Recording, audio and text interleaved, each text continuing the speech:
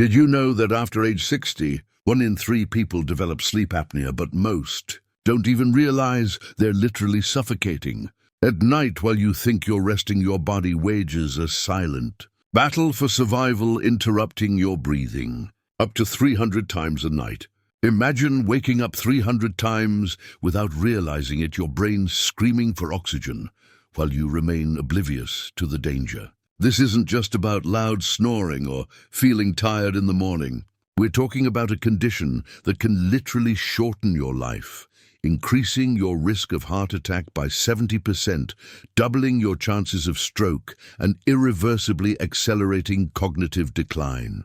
Right now, millions of people over 60 are making 4 fatal mistakes that turn their nights into battlefields where oxygen becomes a scarce resource. But here's the good news.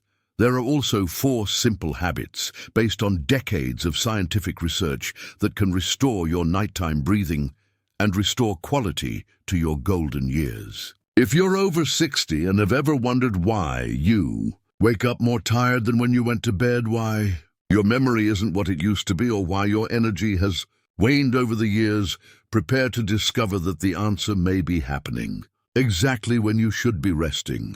The next few minutes could literally save your life and completely transform the quality of your days and nights. If you've made it this far, it's because something isn't right about your sleep experience, and I want you to know that you're not alone on this journey. Creating this channel was my way of building a bridge between scientific knowledge and real people who, like you, deserve restful nights and vibrant days regardless of age. Here you won't find just coldly presented technical information, but rather a space of understanding and hope where each discovery is shared with the idea of how it can transform your reality. By subscribing and activating the bell, you're joining a community of people who have decided not to accept that aging automatically means sleepless nights and sluggish days. You'll receive firsthand the most up-to-date strategies for optimizing your sleep, understand why your body has changed, and most importantly, discover what you can do to regain control. We're not here to accept limitations, we're here to overcome them together. Your subscription not only ensures you have access to information that can transform your health, but also helps this content reach others who may be suffering in silence, unaware that there's a solution within their reach. Let's start this journey of transformation right now. Let's start by talking about something that happens naturally with aging, but that many people don't realize. The muscles in your throat are losing strength. Just as the muscles in your legs or arms can become weaker if not exercised, the muscles that keep your airway open during sleep also weaken over the years. Imagine a soft garden hose that, when there's not enough water pressure, begins to kink and collapse. This is exactly what happens in your throat when these muscles lose tone. During sleep, when your entire body relaxes, these weakened muscles simply can't keep the airway open, causing obstructions that interrupt your breathing. The first fatal mistake people over 60 make is believing it's normal and inevitable. They think that loud snoring is just a natural consequence of aging, that waking up gasping is something they just have to learn to live with. Imagine a person who at 65 began to notice that her husband was constantly nudging her at night, saying she was snoring so loudly it sounded like a truck engine. For years, she laughed it off, joked about her new nocturnal talent, and never imagined that behind that sound lay a desperate struggle for air. She said, "I thought it was just part of getting older, something all women my age faced. I never imagined I was literally suffocating, night after night." The truth is, while aging makes sleep apnea more likely, it's not an inevitable sentence and passively accepting. This decline can have devastating consequences for your cardiovascular and cognitive health. The second deadly mistake is related to your sleeping position. Many people over 60 develop back, hip, or shoulder problems that make them prefer to sleep on their backs, unaware that this position is like inviting gravity to block their airways. When you lie on your back, your tongue and the soft tissues of your throat naturally slide backward, creating an obstruction that can completely cut off your breathing. It's like trying to breathe through a straw someone is stepping on. For younger people with strong throat muscles, this may not be a significant problem. But after 60, when those muscles are weaker, sleeping on your back becomes a recipe for nights of silent suffocation. Imagine a person who has slept on their side their entire life, but at 62 developed shoulder pain that forced them to switch to the back position. Within weeks, they began waking up with a dry mouth headaches and a feeling like they hadn't gotten any rest at all. She said, "I thought it was work stress or maybe some hormonal issue from menopause. I never connected the change in sleeping position. With this constant exhaustion, I started feeling." What she didn't know is that by sleeping on her back, she was creating the perfect conditions for apnea episodes that fragmented her sleep and deprived her brain of oxygen for hours at a time. The third devastating mistake involves medications that ironically are prescribed to improve quality of life, but end up creating a deadly, vicious cycle for sleep. Many people over 60 take medications for anxiety, depression, pain, or insomnia without realizing that these substances excessively relax the throat muscles, turning a natural tendency toward apnea into a truly dangerous condition. It's like taking a muscle relaxant for your back, but also relaxing all the muscles that need to work to keep you breathing at night. Sedatives, some antidepressants, pain medications, and even that natural sleep aid can leave your throat muscles so relaxed that they simply give up on keeping your airway open. The result is a night of irregular breathing, dangerous drops in oxygen levels, and sleep so fragmented that you wake up feeling like you've run a marathon. Imagine a person who at 68 started taking an anxiety medication after the loss of a spouse. The medication helped her cope with the emotional pain, but it brought a side effect she hadn't expected: terrible nights, where she woke up constantly gasping for air as if she were drowning. She recalled, "The doctor said the medication would help me sleep better, but it did the opposite. I started having nightmares about being underwater, unable to breathe. I'd wake up in a panic, with my heart racing." What she didn't understand was that these weren't nightmares, but her brain trying to process the real sensations of suffocation she experienced during the medication-enhanced apnea episodes. The fourth fatal mistake is perhaps the most dangerous because it involves something many people see as an innocent pleasure or a way to cope with stress: drinking alcohol before bed. That glass of wine with dinner or that whiskey to relax before bed may seem harmless, especially when you're already retired and don't have to worry about work the next day. But for people over 60, alcohol becomes a silent killer during sleep. It acts as a powerful sedative that relaxes every muscle in your body, including the naturally weaker ones in your throat. Furthermore, alcohol interferes with the signals in your brain that would normally wake you up when you stop breathing. It's like turning off the fire alarm system in your home and then leaving candles burning.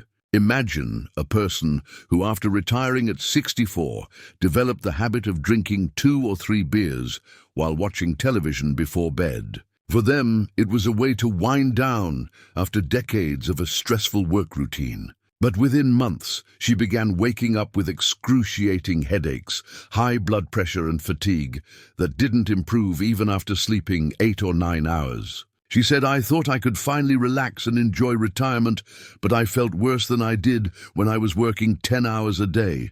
It didn't make sense.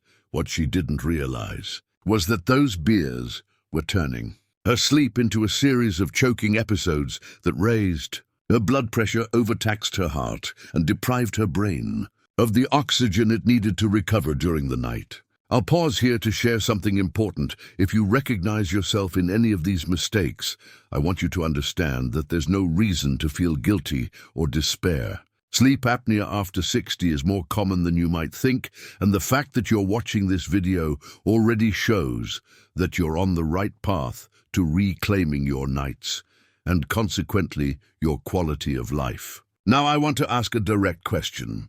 How many times have you woken up in the middle of the night feeling like you can't breathe properly, or in the morning with that feeling that your body hasn't rested at all during the night, or maybe your partner mentioned that you stop breathing during sleep? And you simply laughed and said it was just normal snoring. In the comments below, write, "I wake up more tired than when I went to sleep," if that resonates with you, or "Someone has told me that I stop breathing in my sleep," if that's true for you. This isn't just any comment, it's you acknowledging that your experience matters and deserves to be heard. Everyone reading your comment may be going through the same thing and feel less alone, knowing that others also face these challenges. Let's transform this space into a community where no one needs to carry the burden of sleep apnea in silence. Now that you understand the 4 mistakes that could be robbing you of oxygen at night, let's discover 4 life-saving habits that can completely transform your sleep experience. The first revolutionary habit involves strengthening your throat muscles through specific exercises you can do at home without special equipment and in just a few minutes a day. Just as you can strengthen your leg muscles by walking or your arm muscles by carrying weights, you can also tone the muscles that keep your airway open during sleep. There are simple speech therapy exercises that involve controlled movements of the tongue, cheeks, and throat that, when practiced regularly, can significantly increase the strength and endurance of these muscles. One of the most effective exercises involves pressing your tongue against the roof of your mouth and sliding it back, holding the pressure for a few seconds and repeating several times. Another involves gargling without water contracting your throat muscles in a controlled manner.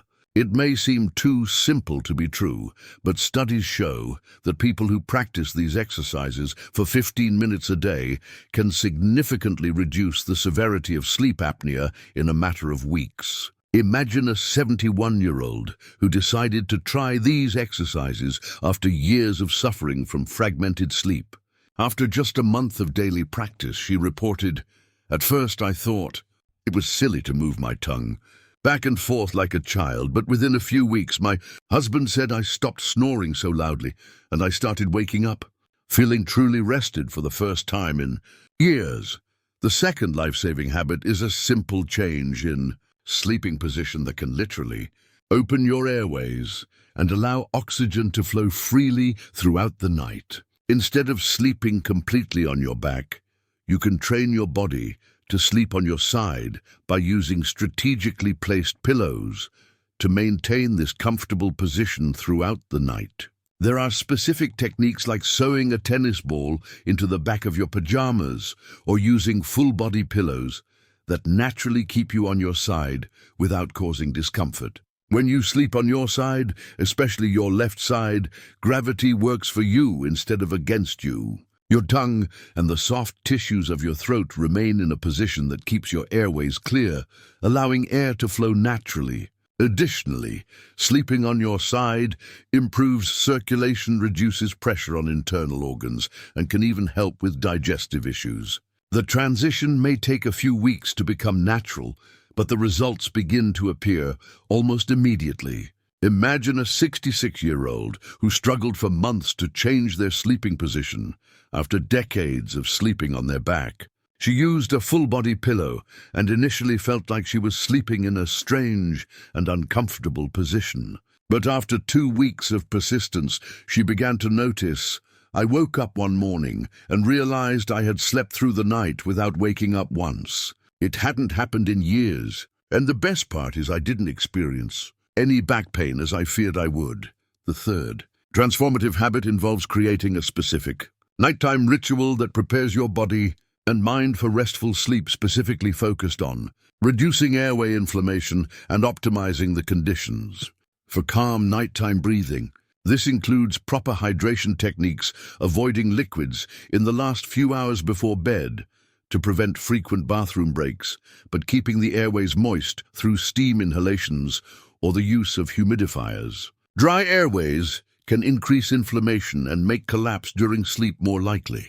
Additionally, specific breathing exercises practiced before bed can activate the parasympathetic nervous system, promoting relaxation without the need for medications that overly relax the throat muscles. Techniques like 478 breathing, where you inhale for 4 seconds, hold for 7, and exhale for 8, can naturally reduce anxiety and prepare your body for deeper, less fragmented sleep. Imagine a person who at 69 years old has always had difficulty relaxing before bed, especially after beginning to notice breathing problems during the night. She developed a routine where an hour before bed, she would take a warm bath, inhale eucalyptus steam practice, 10 minutes of controlled breathing, and then read a few pages of a book instead of watching television. She described the transformation. It was as if my body finally remembered how to prepare for real sleep. Instead of tossing and turning, for hours, my mind racing, I would naturally feel sleepy and sleep soundly until morning. The fourth and final life-saving habit may be the most important of all: learning to recognize and eliminate environmental and lifestyle triggers that aggravate sleep apnea, especially those that become more problematic with age. This includes creating an optimized sleep environment with an appropriate temperature, typically between 8 and 20 degrees Celsius, eliminating artificial lights that can interfere with natural melatonin production, and correctly timing meals and liquids. Eating large meals or consuming alcohol within 4 hours of bedtime can significantly worsen apnea, as can sleeping in very dry or polluted environments. Furthermore, maintaining a healthy body weight becomes crucial after 60, as even small weight gains can put additional pressure on the airways during sleep. It's not necessarily about extreme dieting, but rather about understanding how small changes in diet and meal timing can have huge impacts on your sleep quality. Eliminating caffeine after 2 p.m., reducing refined sugars that can cause inflammation, and including anti-inflammatory foods in your diet can make the difference between suffocating nights and restful nights. Imagine a 63-year-old who has always had the habit of eating dinner late and having a glass of wine before bed. When she decided to try eating dinner 3 hours before bed and replacing the wine with chamomile tea, the change was almost immediate. She reported, "I thought I would miss my wine and late-night TV ritual, but I discovered that waking up rested and energized was far better than any momentary pleasure." It's amazing how small changes can have such big results.